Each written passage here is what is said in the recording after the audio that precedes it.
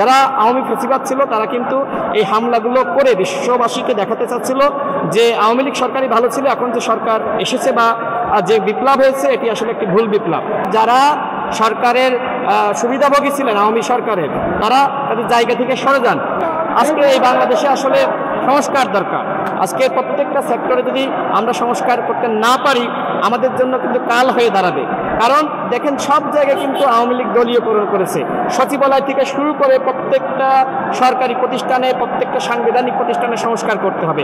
যে প্রধান নির্বাচন কমিশনার 24 সালে এ ধরনের নির্বাচন করেছে, আমরা সিদ্ধান্ত নিয়েছি খুব দ্রুত সময়ের মধ্যে প্রধান নির্বাচন কমিশনারের পদত্যাগের দাবিতে গণ অধিকার পরিষদের পক্ষ থেকে সাধারণ জনগণকে সাথে নিয়ে, সমস্ত রাজনৈতিক দলকে সাথে নিয়ে আমরা প্রধান বিচারপতির পদত্যাগের দাবিতে আমরা নির্বাচন কমিশন ঘেরাও করব।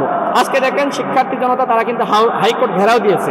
সুতরাং যারা সরকারের সুবিধাভোগী ছিলেন আওয়ামী সরকারের, তারা তাদের জায়গা থেকে সরে যান। অন্যথায় জনরোষে জাহাঙ্গীরনগর বিশ্ববিদ্যালয়ের সাবেক উপাচার্য আনোয়ার সাহেবই তো নাম না, আনোয়ার সাহেবের যেভাবে যে অবস্থা হয়েছে, দেখেন একজন ভিসি, তাকেও কিন্তু সাধারণ জনগণ সম্মান করে নাই, কারণ তিনি সবসময় আওয়ামী ফেসিবাদের পক্ষে বক্তব্য রেখেছেন, কথা বলেছেন।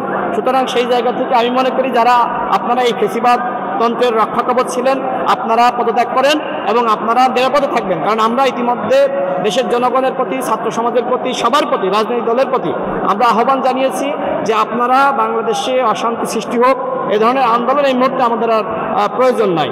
এবং একই সাথে আমরা যারা আপনার সংখ্যালঘু রয়েছে তাদের বিষয়েও আলোচনা আসছিল, যে মন্দিরে এবং একই সাথে তাদের বাড়িঘরে হামলা হচ্ছে, দেখেন এটিও কিন্তু একটি ষড়যন্ত্রের অংশ।